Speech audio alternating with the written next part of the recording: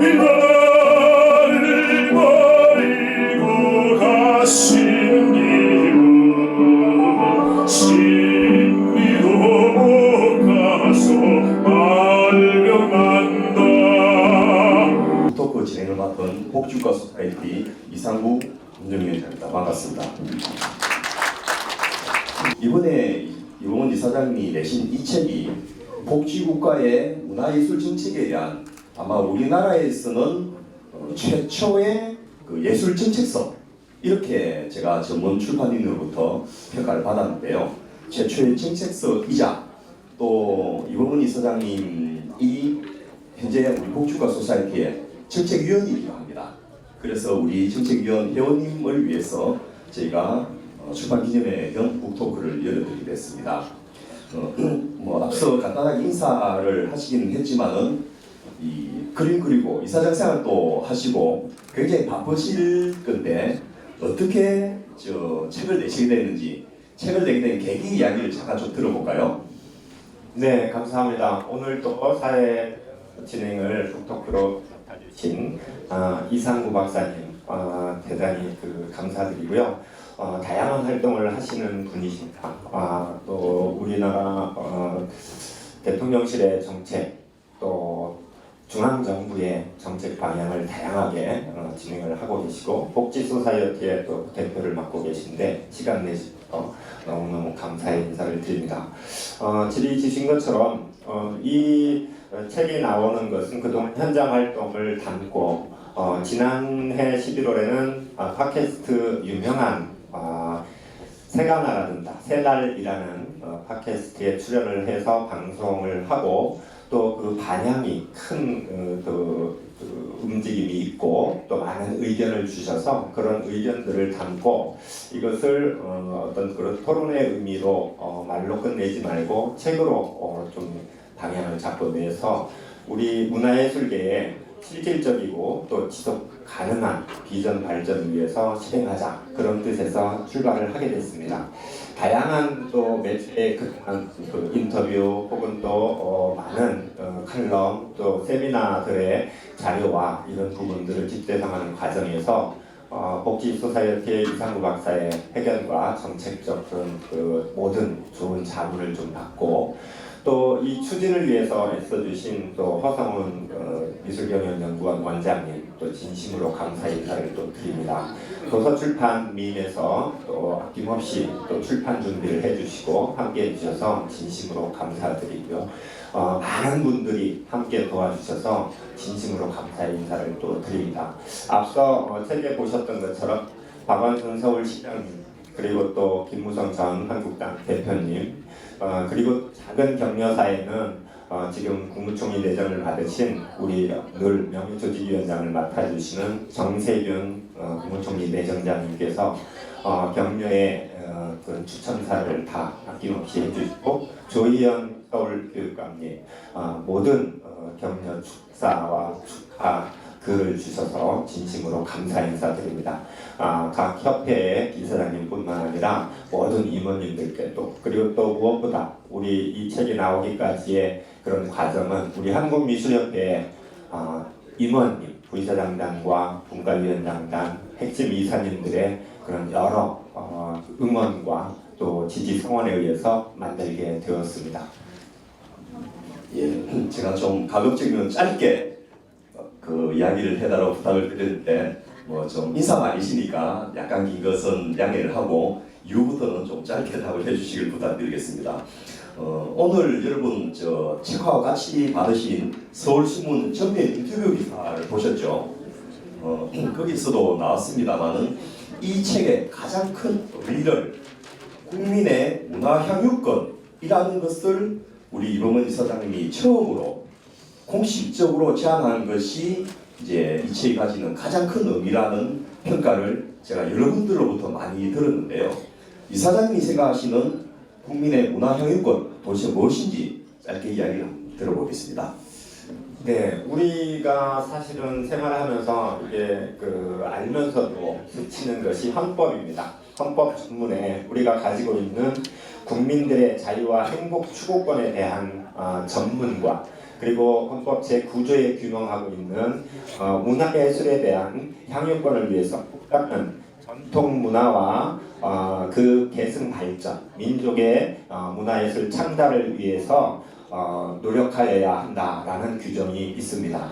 이 구조 규정을 근거로 본다면 국민은 누구나 창작의 산실인 작품을 가지고 전 장르에 문화 향유를 해야 할 권리를 가지고 있고 국가가 그것을 해야 하는 그러한 권장이 되어져 있습니다.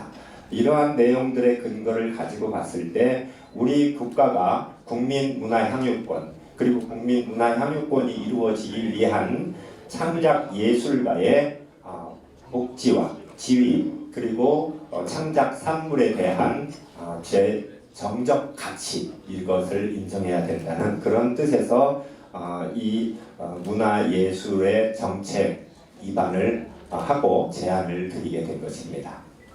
예, 제가 이제 이사장님께서 방금 말씀하셨지만은 이 책의 초안을 받아보고 정책적인 측면에서 저는 이제 20-30년을 정책을 주로 연구하고 또 직접 집행하고 담당해온 정책 전문가로서 이 책을 살펴봤을 때 소감이 깜짝 놀랐다가 제일 첫 번째 소감이었습니다. 여러분은 이제 복지국가 이게 그냥 일반 명사로서 생각하실지 모르지만은 영국이 2차 대전 때 그 엄혹한 시절에 런던 시내 한복판에 거기 로켓이 계속 터지는 그런 상황에서 전쟁 이후에 영국을 어떻게 만들 것인가에 대한 꿈을 꾸는 분들이 계셨고요. 그분들이 모여서 페이비안 소사이티라는 걸 만들었습니다. 그 페이비안 소사이티가 이후에 영국을 복지국가로 만드는 기초적인 역할을 했고요. 또 런던 스쿨 오브 이코노미 같은 대학도 만들고 굉장히 많은 활동을 했는데 그 페이비안 소사이티에서 문화정책을 담당하신 분이 한 분 계셨어요. 혹시 여기 아시는 분이 계시나요? 바로 유명한 극작가 버나드 쇼입니다.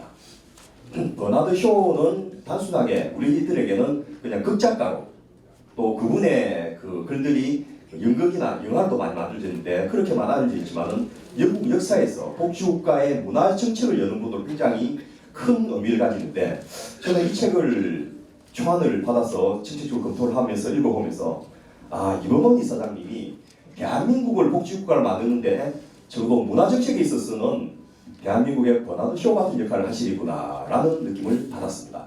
여러분 어떻습니까? 동의하시는 의해서 그 말씀을 드리는 것이 아니고요.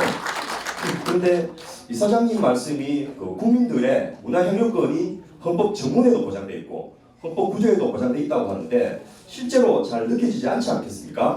특히 국민의 문화 향유권하고 우리 예술인들의 삶이 어떻게 관계가 있는지 그 부분 한번 이야기해 주시겠습니까? 네, 가장 중요한 부분이고 버나드 쇼에 비유하신 것은 너무나 또 과찬이어서 제가 그런 노력을 다 하도록 하겠습니다. 사실은 국민문화향유권에는 우리가 현장에서 힘들고 또 부딪히는 여러 현안들이 다 포함되어 있습니다. 그것을 상징적으로 이제 문화향유권이라는 용어로 정리를 하는데 실질적으로는 이 문화향유권이 헌법에서 추상적으로 그리고 권장사항으로 의무사항이 아닌 것으로 규정이 되어져 있어서 이 부분들에 대한 헌법 조례 개정과 또 그에 따르는 전문과 재구조를 위해서 예술진흥법 등 또 우리 예술인 복지법 등이 이루어지고 있지만 현장 전문 창작가 미술을 포함한 10개 협회가 이루어지는 모든 장르적인 이러한 방향에 있어서 실행적 조례가 이루어지지 않으면 아무 의미가 없는 그러한 내용이 되겠습니다. 그래서 이 책에서 예술인 복지에서 삶의 향유로 그래서 예술가의 권익 복지와 창작 환경이 전제되어지는 조례가 이루어지고 그것이 이루어진 뒤에는 국민 문화 향유권으로 그 창작의 결과물과 산실로 나아갔을 때 선순환이 되어지고 그 순환되어진 것이 예술가의 지위 보장이 함께 이루어진다라는 뜻으로 이루어졌습니다. 그런 의미에서 부제를 이범원의 문화 향유권과 문화예술의 정책에 대한 우리 삶과 직결되는 그러한 정책 이야기를 담았습니다. 예, 감사합니다. 조금 더 쉽게 제가 이해를 한 것을 말씀을 드리면요. 지난 화요일 날 이사장님 모시고 팟캐스트 새가 날아든다 녹음을 같이 했는데요.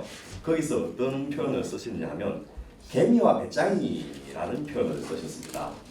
이 팟캐스트가 요즘 김어준이나 김용민과 더불어서 새날이 우리나라 3대 팟캐스트로 유튜브로도 한 20만 명 보지만은 팟캐스트로 한 100만 명 되는 기존의 KBS, MBC보다 훨씬 더 파괴력이 큰 그런 방송 매체인데요. 거기서 이 사장님이 이 예술인의 복지가 바로 국민의 문화 향유권이다라는 표현을 하면서 배짱이가 열심히 노래를 할 수 있으려면 누군가가 배짱이에게 먹이를 공급해 줘야 되지 않느냐.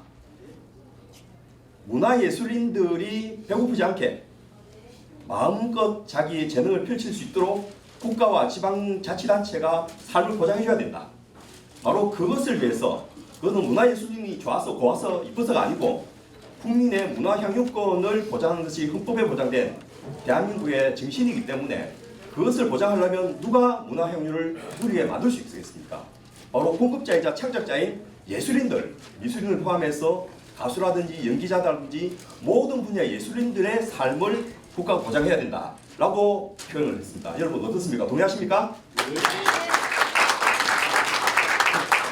오늘 이 책의 중요성이 바로 여기 있지 않겠나 싶습니다. 우리 문화예술인들이 왜 국가로부터 국민으로부터 존경받고 사랑받고 지원을 받아야 되는지에 대한 이론적 근거를 밝혔다는 측면에서 또 국가가 문화예술인을 지원해야 될 이 철학적 근거뿐만 아니라 논리적인 근거 거기다가 정책적인 근거를 만들어줬다는 측면에서 저는 굉장히 의의가 있다고 생각하는데요. 특히 오늘 오면서 제가 이 행사에 대한 안내를 받으면서 놀랐던 것 중에 하나가 화환이나 또 화환은 많이 들어왔습니다만은 기부는 받지 않겠습니다. 대신에 후배들에게 이 책을 보내기를 합시다라는 문자를 제가 같이 받았습니다. 여기도 받으신 분이 있는지 모르겠는데요. 미술대학교 후배들 또 음악대학교 후배들에게 이런 책을 좀 읽히자. 그래서 당신들이 해야 될 역할이 어떤 것이라는 것을 우리 후배들에게 알게 하자. 이런 제안을 이번 행사를 준비하는 쪽에서 하신 걸 듣고서 제가 깜짝 놀랐는데요. 혹시 이 자리에서 아직 그 연락을 못 받으신 분이 계시다면 여러분들께서도 후배들에게 그런 책 기부를 좀 해주실 의향이 있으신가요? 예. 목소리가 작은 거 보니까 별로 뜻이 없는 게 아닌가 싶은데 있으신가요? 네, 감사합니다. 그런데 또 이제 이 사장님이 이 책에 굉장히 다양한 많은 내용을 쓰셨고요. 쓰다 보니까 의도하는 바는 아니었는데 270페이지까지 되었다 이렇게 이야기하시는데 그 중에 한 내용이 전국의 기초지방자치단체마다 공공미술관이라든지 또 공공수장고라든지 또 공연장이라든지 연극장을 만들자 이런 이야기를 쓰셨는데 그래서 제가 기획예산처 쪽에다가 이야기해봤더니 아니 만드는 건 어렵지 않다. 그런데 운영유지 어떻게 할 거냐 이런 이야기를 의문을 제기하는데 혹시 이 사장님 그런 부분도 좀 검토를 해보셨는지요? 네, 이 부분은 우리가 늘 해마다 겪어보시는 거, 또 지역에 사시면서 아시는 것처럼 해마다 연말 예산에서 제일 만만한 게 멀쩡한 도로 까고 새 도로 짓고 보도블록 깔고 하는 거 많이 보셨죠? 우리 미술관이 사립미술관이나 공공미술관이나 특히 사립미술관 같은 경우는 더더욱 어렵습니다. 그런 구조적으로 되어져 있는데 이 미술관의 기능은 공공재로서의 가치, 그래서 도서관이나 또 병원 이러한 것처럼 우리 삶에 가장 필요로 하는 책이 필요할 때 도서관에 가서 보는 것처럼 미술과 휴식이 필요할 때 어느 곳에 가도 어느 마을에 가도 들릴 수 있는 미술관이 있어야 합니다. 그러하기 때문에 개인이 해야 하는 일이 아니고 국가나 지방정부 그리고 공공기관에서 해야 하는 공공의 가치제다. 그러한 가치제를 위해서는 이러한 운동으로서의 가치를 가지고 진행을 해야 하고 통상 BTL로 이루어졌던 모든 것들에서 적자가 나면 국가가 메꿔주고 국민 세금으로 지출을 하면서 그 어마어마한 돈을 쓰면서도 문화예술 분야에는 너무나 인색하고 하나하나의 그런 가치 부여에 대해서 내용과 평가의 그 위상을 모르는 이러한 대접의 문제가 시급하게 바꿔야 할 부분이다. 그래서 가장 중요한 공공재로서의 가치 인식을 하면 미술관뿐만 아니라 소공연장 그리고 늘 함께 삶의 그런 그 호흡을 같이 하는 공간으로서의 가치 창출을 위해서는 이것이 반드시 필요로 하다. 그래서 어제만 그저께만 하더라도 문화부의 예술정책관이 새로 바뀌었습니다. 그래서 또 중요한 미술계와 문화예술계 현안을 위해서 몇 분과 간담회를 또 요청을 하셔서 했는데도 거기에서 이따 조금 더 세부적인 걸 짧게 말씀드리고 거의 이제 맞춰갈 텐데요. 이러한 가치부여 때문에 이 정책은 반드시 실행적으로 해봐야 되겠다 그런 뜻을 가지고 있습니다. 예, 이사장님의 말씀은 박수 그냥 치려도 돼. 박수 그냥 찍어도 된답니다. 문화예술 쪽에 뭐 미술관 건설하고 짓는 것뿐만 아니고 운영비 또 인건비 지급하는 것은 절대 낭비가 아니다 이런 말씀으로 저는 이해를 했는데요. 실제로 제가 지금 맡아서 하는 일 중에 하나가 이 생활 SOC 확충 사업이라고 있습니다. 그 중에 그 단일 어린이집, 구공립 어린이집, 도서관, 체육관 이런 거 짓는 것은 기초에서 올리면 광역에서 심사하고 그냥 지원해주고요. 복합시설, 예를 들면 도서관하고 노인 복지시설하고 뭐 주차장을 같이 짓는다든지 이런 거 300억, 500억짜리는 국가균형발전위원회에서 심사를 하는데요. 제가 그 국가균형발전위원회 생활 SOC 심사위원입니다. 세종시에 하루 심사 가면 8,600원치 심사를 하고 오거든요. 대부분 그러니까 좀 모자라도 주고 그 애간한 건 다 주는 쪽으로 하는데 요게 3년 동안에 39조 원입니다. 문제는 이 39조 원 안에 미술관 공연장이 아직 없다는 겁니다. 그래서 오늘 책을 낸 걸 계기로 우리 이사장님께서 뭐 저를 비롯해서 아마 이 책의 출판 기념회뿐만 아니고 북토크를 전국 순회를 하려고 뭐 저 차기 유력한 대권 주자님들한테도 북토크하자고 요청을 해놓고 있고 또 분명히 당선될 이 내년에 그 출마 예정자들한테도 이 전국을 순회하면서 북토크를 할 건데 그때 생활 SOC 중에 이 미술관이라든지 또 공연장이라든지 이런 것들을 넣어주겠느냐라는 부분을 아마 약속을 받게 될 것 같습니다. 이 방법 어떻습니까, 여러분? 그래서 제가 줄을 서시고 이렇게 해놨습니다. 원체 이사장님 인기가 많으시기 때문에 당선 가능성 여부에다가 여러분의 그 충성도를 보고서 이제 북토크를 전국 순회를 하겠다 이렇게 말씀드렸는데요. 또 하나 놀라운 제안이 이 책에 들어 있습니다. 뭐냐면 중간에 후반부에 읽어보시면 여러분 아는데요. 이사장님께서 예술인도 노동자다 이런 주장을 하셨거든요.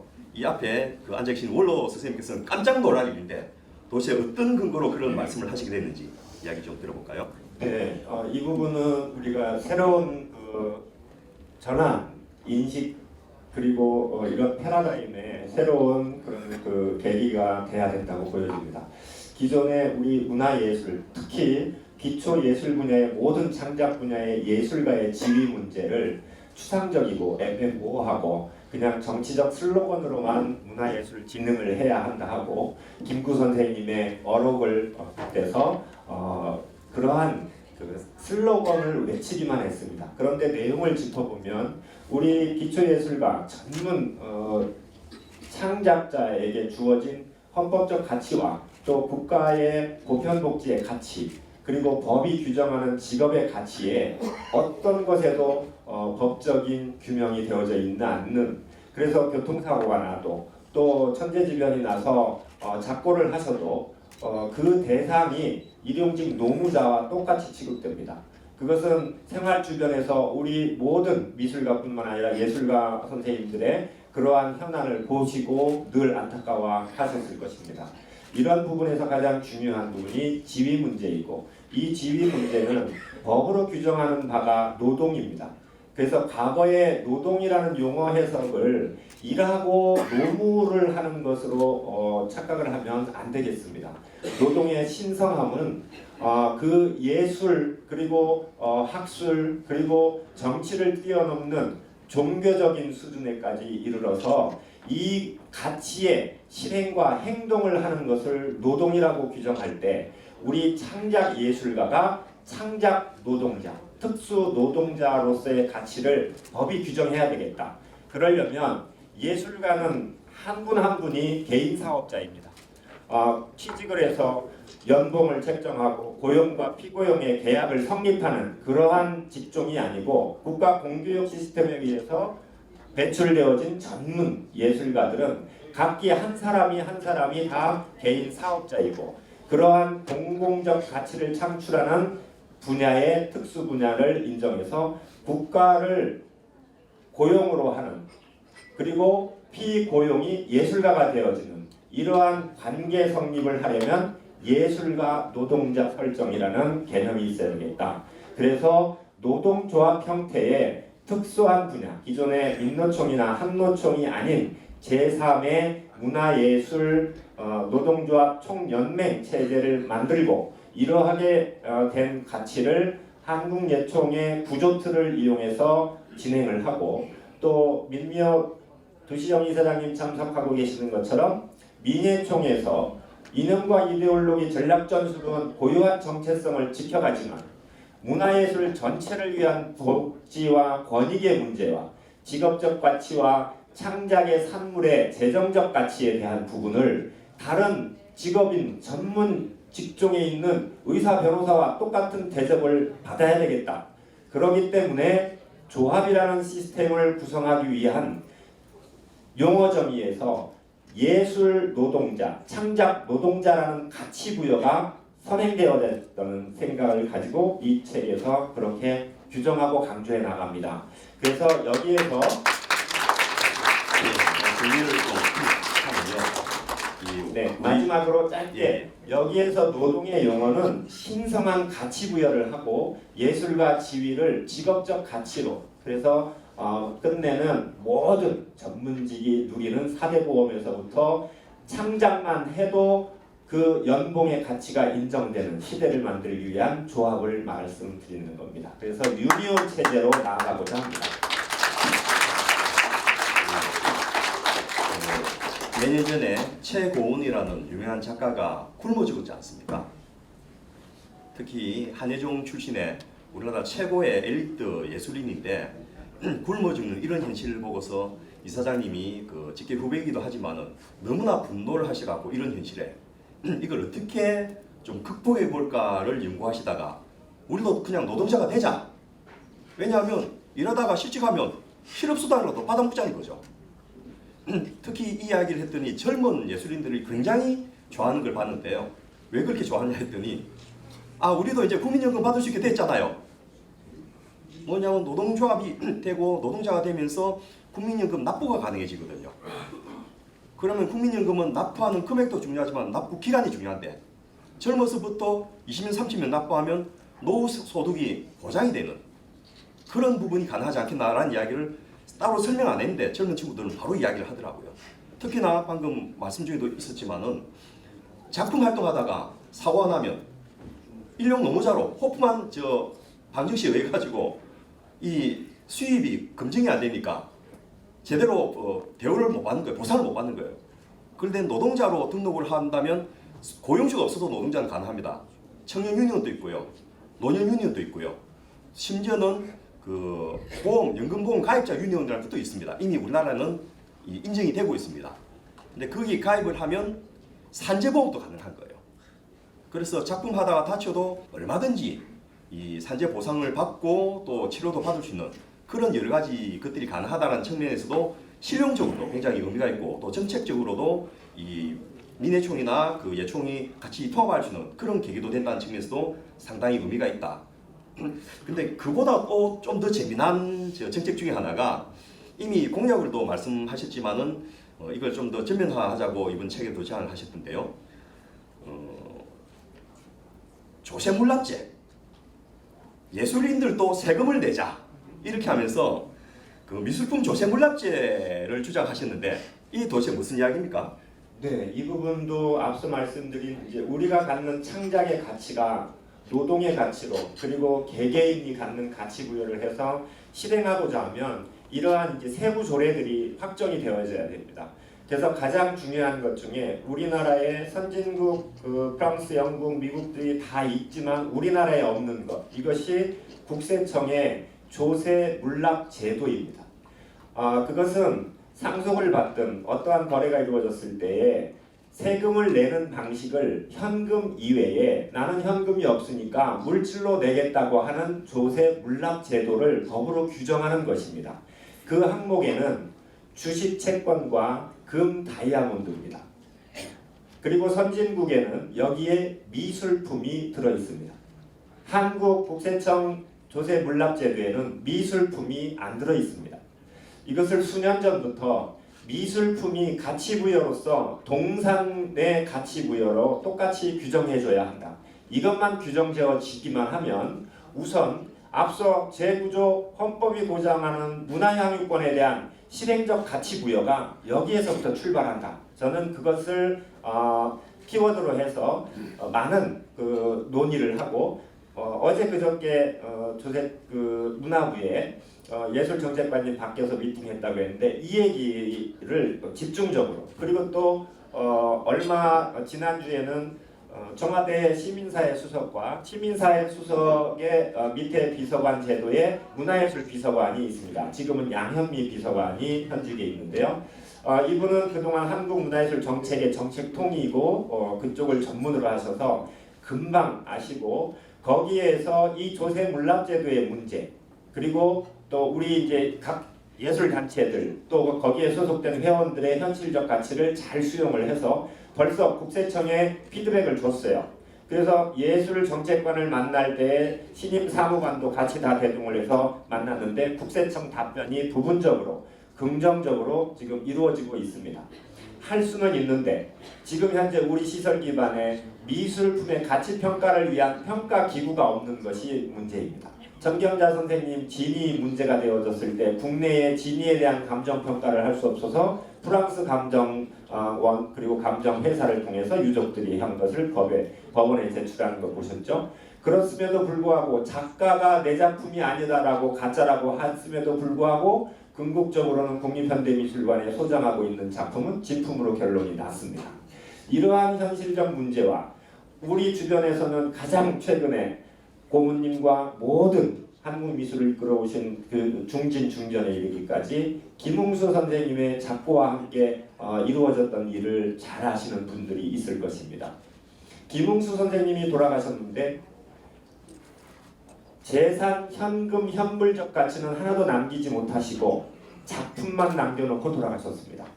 그런데 그 작품을 국세청에서 조세로 현금 대신 물납을 할 수 있게 미술품이라는 규정은 없으면서 이것을 유산으로 인정해서 미술품의 가치평가를 한 거예요. 그랬더니 약 100억대가 나왔습니다. 약 110억대 가까운 작품만 남겨놓고 돌아가신 겁니다. 캐나다에 살고 계신 아드님이 오셔서 한국의 문화를 잘 모르고 당장에 국세청에서 상속세 40% 정도를 내야 되는데 45억의 현금을 6개월 이내 언제 어느 달까지 납부하시오라고 공문이 온 거예요. 부랴부랴 이것을 아무 유산도 남긴 거 없이 오로지 작품만 남기셨는데 이걸 가지고 어떻게 현금을 45억을 이분이 납부를 하겠습니까?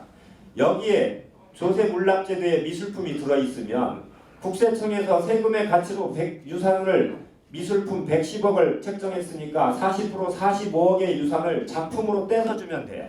그러면 나머지 작품을 유산으로 가질 수가 있습니다.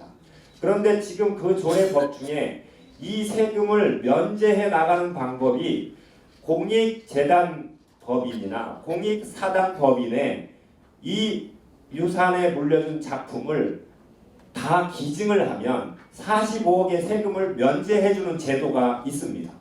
그러니까 이분은 그 기간 내에 45억을 현금으로 낼 엄두가 안 나니까 그 기간 내에 당장 해야 되겠고 이제 납부 시기는 다가오니까 공익재단에다가 검토도 다 하지 않고 기증 협약서를 써서 기증한 겁니다.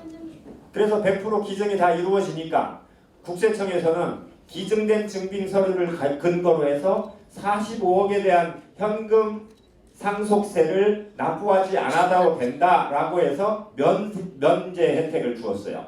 그러면 작품 한 점 유족이 갖지 못하고 100% 공익재단에다 기증하고 45억이라는 눈먼 돈에 대한 세금을 내야 돼서 100%를 다 공익재단에 줬어요.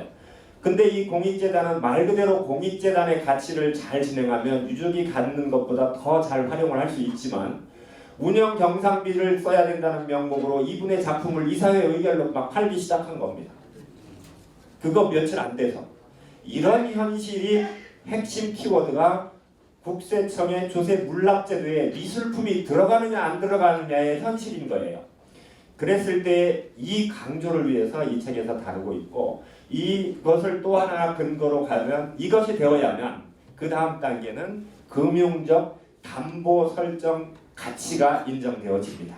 예, 아주 보통 북독하면 저 가시든지 수선한데 전부 귀를 쫑긋해서 듣고 계셔가지고 제가 이 시간이 자꾸 지나가는데도 끊지를 못하고 있었는데요. 방금 이사장님께서 굉장히 중요한 말씀을 하셨습니다. 바로 여러분의 노동력의 가치를 그 물적 토대로 환산하는 방법을 알려주신 거거든요.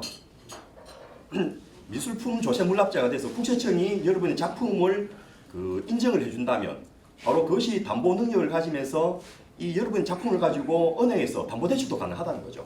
물론 뭐 그에게 잘 팔리는 작가들이야 상관없겠지만은 젊은 작가들 소액의 뭐 예를 들면 1,000만 원 이하부터라도 좀 시작을 해본다면 아마 미술인들의 삶이 예술인들의 삶이 획기적으로 개선될 거고요.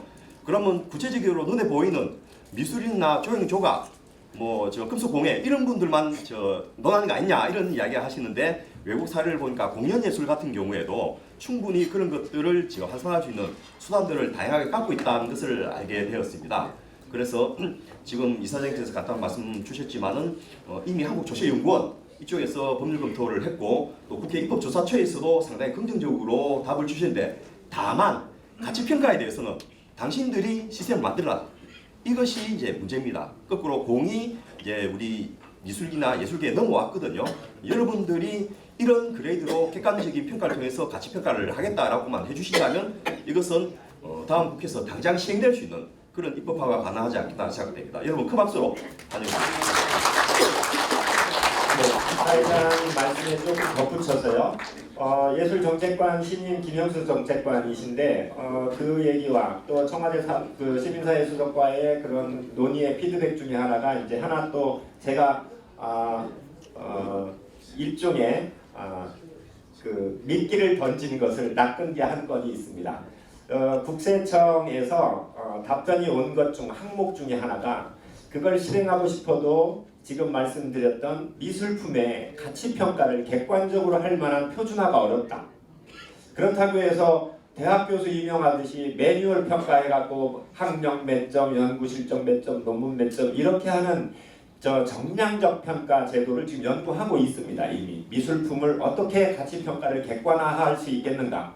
지금 현재는 한국미술협회 호당 가격, 중당 가격 확인서 작가 선생님들이 원하는 대로 떼줘야만 되는 이러한 문제가 아직 객관화된 가치부여로 인정이 안 됩니다. 이런 이제 문제들이 있는데 이것과 함께 하나 딱 이제 제가 미끼를 잡은 게 고민인 게 이것을 실행했을 때에 그러면 그 물납으로 미술품을 받은 것을 어떡하냐 수장고가 없다 국세청에는 이런 단순 답변이 또 하나 피드백이 있는 거예요.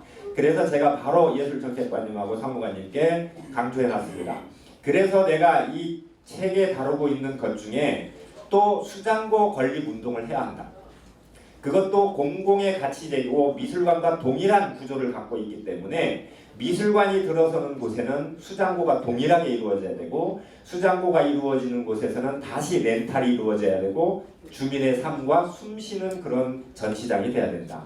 그렇게 돼야 되기 때문에 중앙정부 예산과 지방정부 예산이 매칭 펀드가 되어져서 마을 곳곳 시군 단위까지 이러한 것들이 다 수장고가 이루어지고 단순 창고가 아니라 열린 개방형 수장고로서 수장하면서 전시도 감상하는 공간을 동시에 해서 밥 먹고 나서 디저트 먹으러 가는 것처럼 밥 먹고 나서 휴식하러 그리고 잠시 멍 때리러 가는 공간에 미술관이 가야 하고 미술관이 병원 가는 것처럼 도서관 가는 것처럼 가야만 한다. 이러한 관점에서 전 장르의 문화예술의 장르가 그렇게 가야만 한다. 그것이 진정하게 창작 예술가의 지위와 복지와 권위, 명예까지도 이루어져서 직업적 가치가 된다. 화가가 작품 호당 얼마인 작가가 연간 평균 얼마만큼의 작품량을 만들어내는데 그 작품량을 만들어내서 전시를 하면 이 작가의 전시된 작품만 가지고 팔리지 않아도 1억 원어치의 생산적인 일을 한 연봉 1억 원인 사람이 대접받듯이 가치를 대접받아야 되는 게 진짜 예술과 복지다. 파는 것은 2차적이고 3차적인 문제이고 생산을 해내기만 하면 그 연간의 의무를 다하면 그 가치 평가가 이루어져서 그 사회보장적 연봉이 인정되어지고 그 가치만큼 국가가 인정되어진 것이 환원되어져서 복지로 이루어져야 된다. 이런 구도에 가서 하나가 동시에 이루어져야 된다는 뜻입니다. 여러분 이사장님 말씀 듣기만 해도 가슴이 설레지 않습니까? 내년부터 시작하겠습니다. 그랬더니 이제 다른 데서 불만이 나오는 거예요. 아니 저 친구 저 미협 이사장한테 3년 만에 저렇게 만들랬는데 우리도 좀 갖다 쓰자. 이렇게 해가지고 이 저 음악도 그렇고 무슨 저 연극도 그렇고 이 공연예술 쪽에서도 아니 저 당신이 미협 이사장만 하지 말고 다른 것도 좀 해달라 이렇게 해서 이번에 한국문화예술단체 총연합회 회장에 또 출마하신다고 하는데 그 지지를 좀 말씀해 주세요.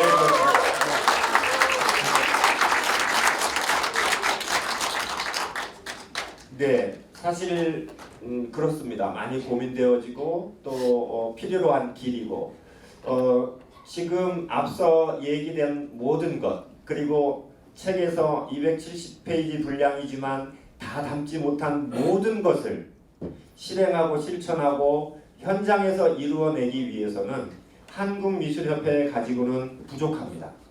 우리 한국미술협회가 이렇게 한국 미술을 이끌어오신 상임 고문님, 역대 전임 이사장님, 그리고 현 전국의 각 도지회를 가지고 있는 회장님, 그리고 또 전 장리의 이사장님이 함께 하신 이 힘을 가지고 문화예술 전체가 같은 도도한 거대한 물결을 이루어서 단일대우로 가야만 된다. 우리가 실천하고 실행하지 않으면 아무도 거저 떡도 주지 않고 밥도 주지 않는 시대입니다. 자본주의의 이념 이데올로기라는 것은 내 밥그릇을 내가 찾는 운동을 하고 실행하는 것이 자본주의이지 그냥 거저 나는 예술가니까 창작만 하면 먹여주고 신분 보장해주는 사회주의 국가가 아닙니다.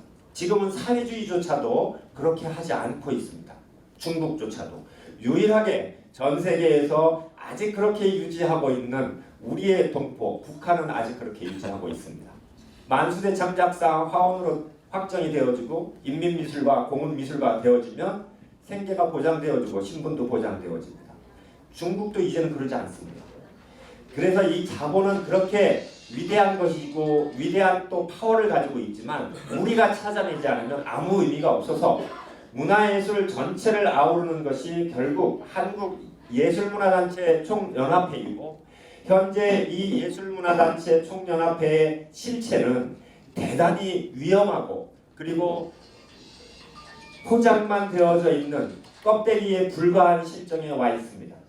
이것은 지금 모든 협회의 이사장님과 모든 현안이 알고 국회와 중앙정부도 아는 그리고 아주 위급한 절대절명의 시기에 와 있습니다. 우리가 깨닫고 뭉쳐서 가지 않으면 이제 이런 단체는 소모적이고 와해되고 없어집니다. 자연 도태가 됩니다. 왜냐하면 전근대적인 건국 이후의 태생으로 몸에 배어지고 관행화되어져서 혁명적 가치를 가지고 자기로부터의 혁신혁명을 하지 않으면 아무것도 되지 않는 시대가 되었습니다. 그래서 노동의 가치를 더 숭고하게 만들어서 예술은 곧 노동이고 이 노동이 예술과 신성된 종교처럼 높은 자리의 노동의 가치다라는 걸 우리가 먼저 깨닫고 대국민 선동을 하고 운동을 하고 국회에서 끝내는 법으로 만들어지게 하는 일을 하기 위해서 출마를 결심하게 되고 많은 이사장님들과 함께 논의 협의하고 또 이러한 기반을 만들기 위해서 아까 비빈 소개에 있었던 것처럼 매일 노동 뉴스에 제가 직접 고문으로 위촉되어져서 들어가고 협약을 하고 또 많은 과거의 중요한 정부 정책에 직접 관여하고 또 정책을 창출하고 결정을 하는 그런 이상구 박사님과 같은 지위에 그런 있는 분들과 이러한 네트워킹을 해서 내년도부터는 대한민국 예술단체 총연합회 예총을 통해서 그것을 유지하려는 것이 아니라 대한민국 문화예술가 총연맹을 노동자 총연맹처럼 예술 노동 총연을 구성하고 한국 문화예술 노총이 건설이 되어지면 민예총 진영의 민족 진영에서도 이데올로기와 전략 전술은 유지하고 정체성을 가지고 자기의 길을 가야만 돼서 더 다양한 우리 민족 문화를 창출해야 되지만 이 뜻에는 네 편 내 편이 없는 구조다. 장르별 편도 필요가 없기 때문에 제가 먼저 유니온 시스템으로 전국 노동조합을 결성하고 그것의 실천기구로 협동조합을 장르별로 단위별로 지역별로 만들어 나가기 시작하면 함께 할 것이라 굳게 믿고 있습니다. 민미혁 이사장님은 이미 함께 하고 계십니다. 여러분 이제 미협 식구들이 많으신데요. 어떻습니까? 이쯤 되면 뭐 미협에서 독점 못하고 내 보내드려야 되지 않겠습니까? 아직 임기가 좀 1년 남았습니다만은 우리 이사장님이 좀 더 큰 일을 하실 수 있도록 여러분께서 그 예총회장 선거에 출마를 동의해 주신 거로 제가 알겠습니다. 이제 시간이 예정보다 좀 지났으니까 마지막으로 우리 이사장님의 마무리 말씀 듣고 오늘 북토크를 마치도록 하겠습니다. 짧게 부탁드립니다. 네, 감사합니다. 그리고 가장 짧게 해야 되는데 사실은 이 항목은 아까 모두 인사에 말씀드린 것처럼 맨날 며칠을 해도 부족한 게 지금 사회자께서 질문해 주신 마무리의 제 생각입니다. 저는 이 자리에서 말씀드릴 수 있는 이러한 의지 그리고 또 제가 한평생 가야 할 저의 길 그리고 저와 함께 가는 동료 동지 후배들 그리고 앞서 건국과 함께 한국 미술 그리고 문화사를 그리고 미술사를 도도하게 이끌어 오신 원로 고모님들로부터 모든 분들에게 은인으로서의 가치와 귀인으로서의 가치를 제 생애에 그리고 심지어는 제 사주를 곳곳 전국 유명하다는 분들이 모두 받아주시는데 그 중에 제가 살아가는 최고 큰 힘은 은인이랍니다. 그런데 저를 낳아주신 부모님 그리고 제가 학창시절에 전화하면 오남매 형제들이 무슨 일 생길 줄 아는 이러한 불안함 속에서도 늘 내 편을 들어주시고 그리고 제가 학창시절에 이 분야의 일을 할 수 있게 또 이끌어주신 은사님과 그리고 그 시골 옥천에서 태어나서 대전에서 초등 중등을 다니고 예고가 뭔지도 모르고 예고 시험 준비시켜주는 학원도 없는 소도시에서 서울의 선화예술고등학교를 합격하고 혼자 출가를 해서 올라온 이 소년이 오늘 이 자리에서 있기까지는 오로지 그 연도마다 그리고 그 시기마다 저에게는 은인이 있었습니다.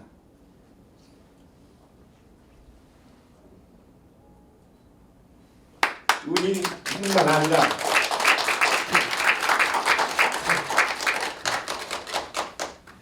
저의 모든 파란한 청년 시절과 그리고 또 30대, 40대 중전에 활동을 하기까지는 낳아주신 부모님과 형제, 자매 외에도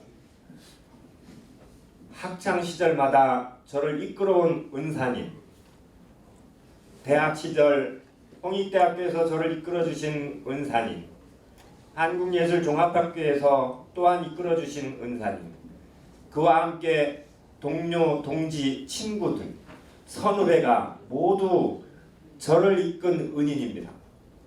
그럼에도 불구하고 지금 또 더 구체적인 제가 한국미술협회 이사장을 할 수 있는 일은 제 능력으로 제가 잘나서 제가 똑똑해서 된 것이 결코 아닌 모든 은인들로 되어지고 이루어지고 이 자리에 서 있습니다. 그래서 이 제 마지막 질문의 이 답변은 제 생애를 두고 해나갈 것입니다. 아낌없이 각 분야별, 장르별 제가 어려운 고비마다 하늘에서 제가 종교인이었으면 정말 어마어마한 부흥 목사가 되어져 있을 것이고, 불교를 믿었으면 어마어마한 절을 만들어내서 했을 것입니다. 왜냐하면 제가 가는 길에는 신기하게도 은인과 그 귀인을 보내주셨어요. 어려운 고비마다, 그리고 또 막 나아가야 하는 고비마다 힘을 주시는 것은 이 자리에 계신 여러분들입니다. 한 분 한 분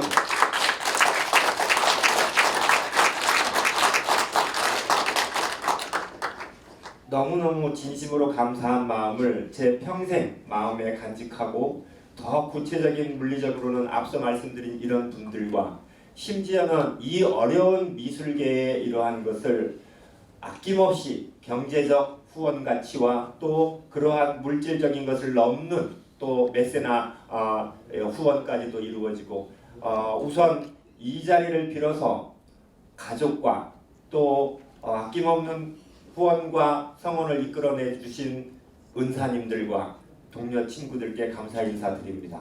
또 한편으로는 해나루 영농법인으로, 그리고 또 SK그룹의 CEO로 임복규 회장님, 그리고 이하임 회장님, 그리고 또 앞서 우리 대한민국 미술축전회 조직위원장도 맡아주셨던 골드라인 그룹의 이홍기 회장님, 그리고 주식회사 단해그룹의 엄주석 회장님, 이런 분들은 또한 우리 미술계 스승님들 못지않은, 그리고 그 이상의, 그리고 활동하고 실천하는 모든 그런 매듭을 풀어주시는 정말 귀인과 은인의 역할을 해주셔서 이 자리를 빌어서 다시 한번 감사드리고, 이러한 분들 한 분 한 분이 저는 몇 날 며칠로 되지 않습니다.